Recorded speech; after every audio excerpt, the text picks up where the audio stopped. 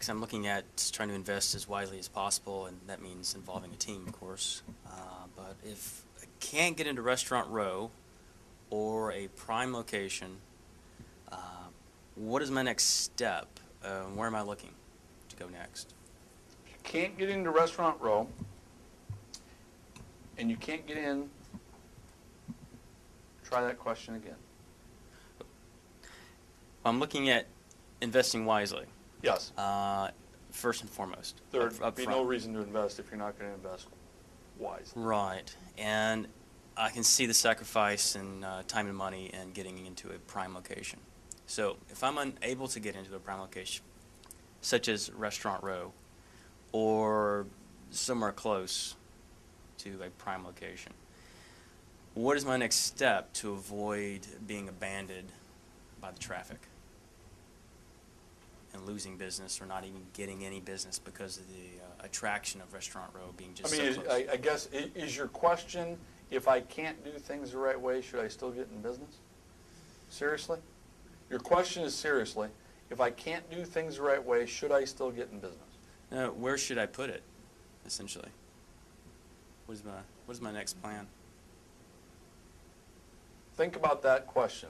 This is important for you to think about, because what you're saying is, I got this money burning a hole in my pocket. I got to do something.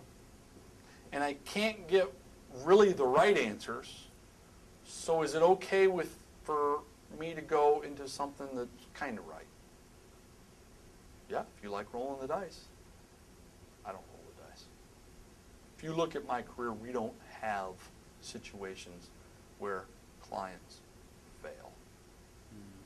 Rarely happens, because I don't roll the dice. If we do have situations where the client's not going to be successful, I tell them point blank, what are you, out of your mind?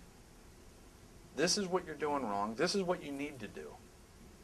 Whether it offends them or not, I don't care either way. But I'm not going to fail. And therefore, if they still want to make those decisions, I'm out.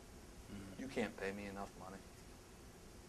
Well, but see, that's the culture of the industry. The culture of the industry is a lot like what you're saying, which is, oh, I'm going to lose sites and I won't be able to get in business, so I'm going to pick the wrong site just so I can get in business. It's like marrying the wrong girl just so you can get married. Or marrying the wrong guy just so you can get married. Usually doesn't work. You'd be better off waiting for the right girl or guy. You'd be better off waiting for the right site. You'd be better off looking in a different pond. Plenty of ponds. Even a different city?